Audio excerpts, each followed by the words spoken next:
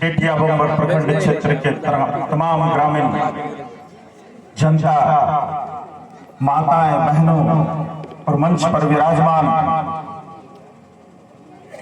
प्रबुद्ध नागरिक, सामाजिक कार्यकर्ता, राजनीतिक कार्यकर्ता, इस ग्राम पंचायत के मुखिया जी श्री सुरेश यादव जी, सरपंच जी, अन्य सभी राजनीतिक दल के कार्यकर्ता, मैं सबको हार्दिक अभिनंदन वंदन करता हूं। आज 77वां स्वतंत्रता दिवस समारोह पूरे देश के अंदर मनाया जा रहा है और इसी देश का हिस्सा नौनाजी पंचायत के ग्राम देवरा के इस पावन धरती में भी हम लोग तिरंगा फहराए हैं। आप लोग यहाँ पर उपस्थित होकर के ग्राम पंचायत की मान को बढ़ाए हैं, सम्मान को बढ़ाए हैं और तिरंगा की जो लहरा रही है इसकी पहचान को पूरे दुनिया में आपने बढ़ाया है। मित्रों, चूंकि बहुत सारे वक्ता बहुत बात कह चुके, लेकिन मैं कुछ और बात आपके बीच रखना चाहता हूं। आजादी क्यों मिली, कैसे मिली और आजादी का मूल मतलब क्या था?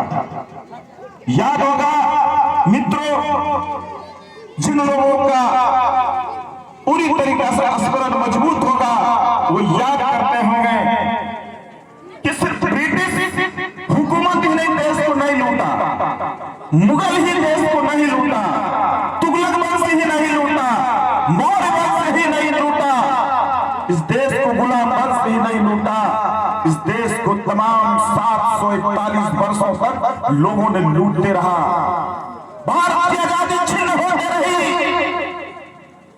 इसके जिम्मेदार कौन थे? कोई जिम्मेदार लुटेरा नहीं थे, कोई अफगानिस्तान के लोग नहीं थे।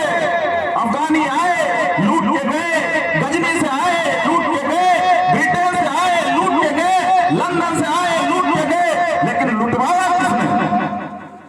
इस लूट के जिम्मेदार कौन थे? हमारे यहाँ के लोग थे।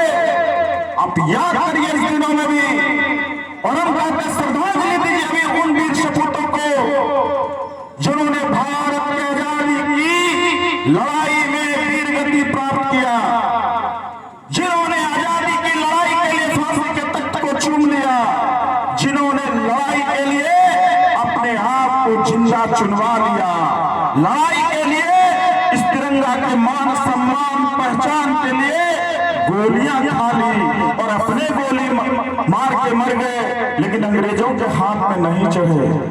उन वीर सपूतों को आज श्रद्धांजलि देने की आवश्यकता है और स्मरण करने की आवश्यकता है। उन गद्दार को भी पहचान करने की आवश्यकता है। मित्रों, याद करिए, जब पृथ्वीराज चौहान का याद आता है तब यह भी याद आता है, जयचंद जैसे लोग अभी याद आता है। आज भी इस देश के अंदर कुछ जयचंद है जो इस आजादी की अक्षुण्णता को सौंप करना चाहते हैं। वैसे लोगों को समाज में पहचानना होगा, जानना होगा। अभी यहाँ के नौजवान, इस देश के नौजवान, यहाँ के बुजुर्ग, यहाँ की माताएं, बहनें यूं ही सिर्फ आजादी की तिरंगा फहराते रहेंगे तो आजादी की महोत्सव मेरे समझ में नहीं आएगी।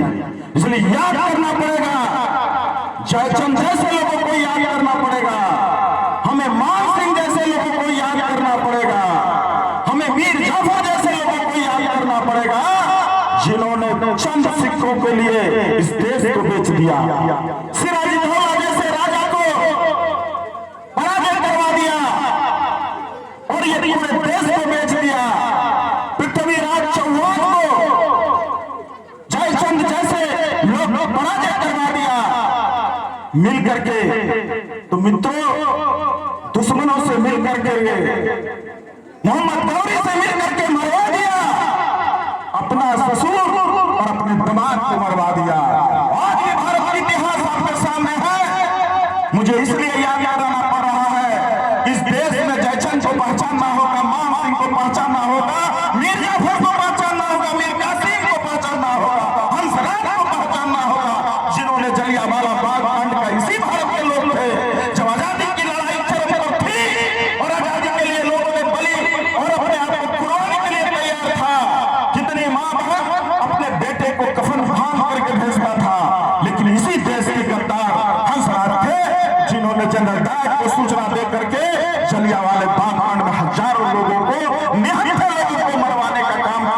वो इसी देश के नागरिक थे, उनको पहचानने की आवश्यकता है इस आजादी के महोत्सव में। मित्रों, हमारे समाज में भी कुछ ऐसे दरिंदे हैं जो समाज को आज बर्बाद कर रहे हैं। मैं उन नौजवानों से कहना चाहता हूं जो कल भारत का भविष्य है। मैं उन किसानों से कहना चाहता हूं जो भारत का अन्नदाता है।